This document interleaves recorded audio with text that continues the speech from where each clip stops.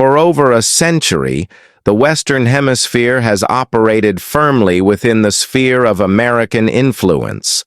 From the Monroe Doctrine in 1823, which warned European powers against interference in the Americas, to the Cold War-era interventions and economic dominance that followed, the United States shaped the political and commercial landscape of this vast region. Nations from Mexico to Argentina aligned their fates with Washington, relying on U.S. investment, security alliances, and trade partnerships.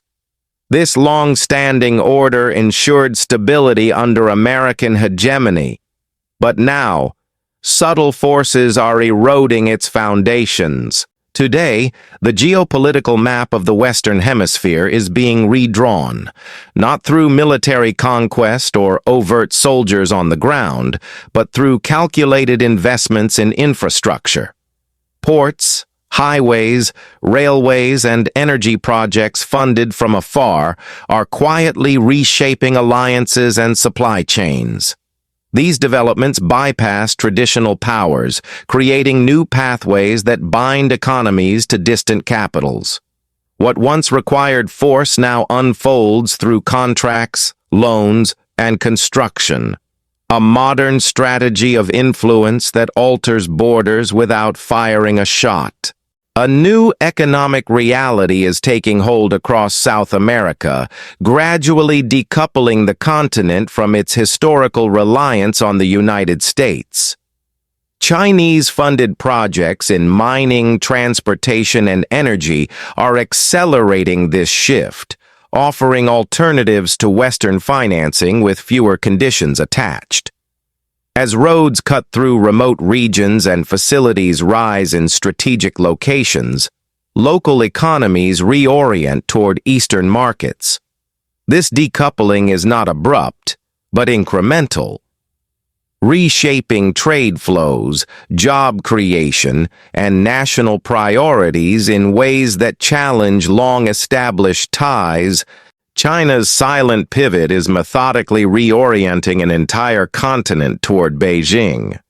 Through patient, long-term engagement, massive cargo fleets and overseas investments are forging unbreakable links across the Pacific. What began as commodity exports has evolved into deep integration, with Chinese firms operating key facilities and securing resource flows. This strategic reorientation proceeds without fanfare. Yet its effects are profound, pulling nations into a new orbit of economic dependence and partnership. In 2024, trade between China and Latin America reached a staggering $518 billion, a record high that underscores the explosive growth of this partnership. From humble beginnings 2 decades ago, bilateral exchanges have surged, driven by Latin American exports of soybeans, minerals, and oil, met by Chinese manufactured goods, machinery, and technology. This figure represents not just commerce, but a transformative economic bond, one that has multiplied many times over, reshaping markets and influencing policy across the region. This surge is not merely a shift in goods crossing oceans, but a fundamental takeover of critical infrastructure. Ports, farms, logistics hubs, and supply chains are increasingly controlled or heavily influenced by foreign capital, ensuring long-term access to resources. In vast agricultural heartlands, new networks facilitate direct export routes, bypassing traditional intermediaries and locking in advantages that extend far beyond immediate trade volumes. Beijing's Belt and Road Initiative has now enveloped 22 nations across Latin America and the Caribbean, expanding its global footprint into this strategic hemisphere. Through memoranda of understanding and multi-billion-dollar projects, these countries gain infrastructure upgrades in exchange for deeper integration. From mega projects to digital networks, participation grows steadily, weaving a web of connectivity centered on Chinese standards, financing, and vision. With this expansion, China secures vital supply lines while gaining the leverage to potentially deny access to competitors. Control over key choke points, ports, and trade routes provides strategic options in times of tension, options that could disrupt flows essential to rival economies. This influence extends quietly across oceans and canals, positioning Beijing to shape global commerce in profound ways.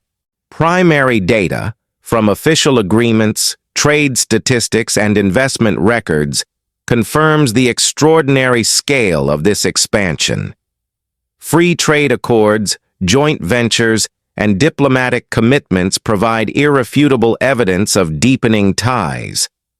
These documents and figures reveal a pattern of systematic engagement, one backed by verifiable commitments that continue to accumulate across the region. For the United States, the impact of this shift is structural and far-reaching. Long assumed dominance in its own backyard faces erosion as neighbors diversify partnerships and infrastructure aligns elsewhere. This challenges not only economic interests, but security assumptions and regional influence, prompting urgent reassessments in halls of power. Supply chain diversion on this scale threatens the resilience of the U.S. economy, redirecting critical commodities and manufacturing links away from traditional partners. As routes bypass North American hubs, vulnerabilities emerge in access to resources and markets, vulnerabilities that could prove costly in an era of great power competition. The Western Hemisphere, once a secure domain of American primacy, is now a contested economic battlefield. Rival powers vie for influence through investment and trade, redrawing alliances in boardrooms rather than battlefields. This new contest shapes the future of the region and the balance of global power for decades to come.